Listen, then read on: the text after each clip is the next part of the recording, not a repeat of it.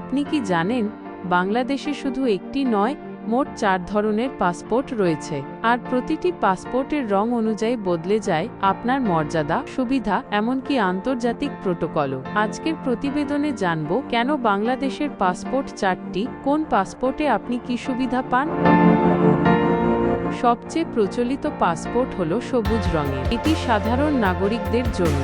বিদেশে চাকরি, চিকিৎসা, শিক্ষা বা ঘুরতে যাওয়ার জন্য এই পাসপোর্ট ব্যবহার করা হয়। বর্তমানে এর মেয়াদ 5 ও 10 বছর হতে পারে এবং ATE পাসপোর্ট বা MRP হতে পারে।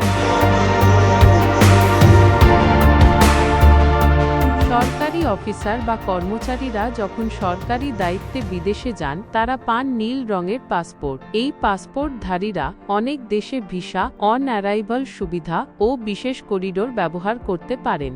এটি রাষ্ট্রীয় মর্যাদার প্রতীক। সবচেয়ে মর্যাদাপূর্ণ পাসপোর্ট হল লাল রঙের কূটনৈতিক পাসপোর্ট। রাষ্ট্রপতি, প্রধানমন্ত্রী, মন্ত্রী, সংসদ সদস্য ও উচ্চপদস্থ কূটনীতিকরা এই পাসপোর্ট পান। এই পাসপোর্টধারীদের অনেক দেশে ইমিগ্রেশনে আলাদা VIP লাইন থাকে, অনেক সময় ভিসাও লাগে না।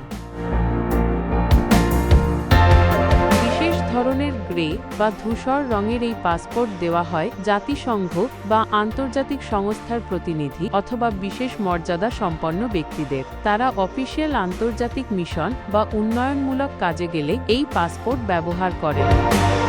সুতরাং বাংলাদেশের পাসপোর্টের রং শুধু সৌন্দর্যের জন্য নয়, বরং প্রতিটি রং একটি আলাদা দায়িত্ব, মর্যাদা ও সুবিধার প্রতীক। আপনি কোন শ্রেণীর নাগরিক তার ওপর নির্ভর করে আপনি কোন পাসপোর্ট পাবেন। আপনার কাছে কোন পাসপোর্ট রয়েছে কমেন্টে জানিয়ে দিন। নাসির মাহমুদ, অপু, শেরপুর এন্টারটেইনমেন্ট, ঢাকা।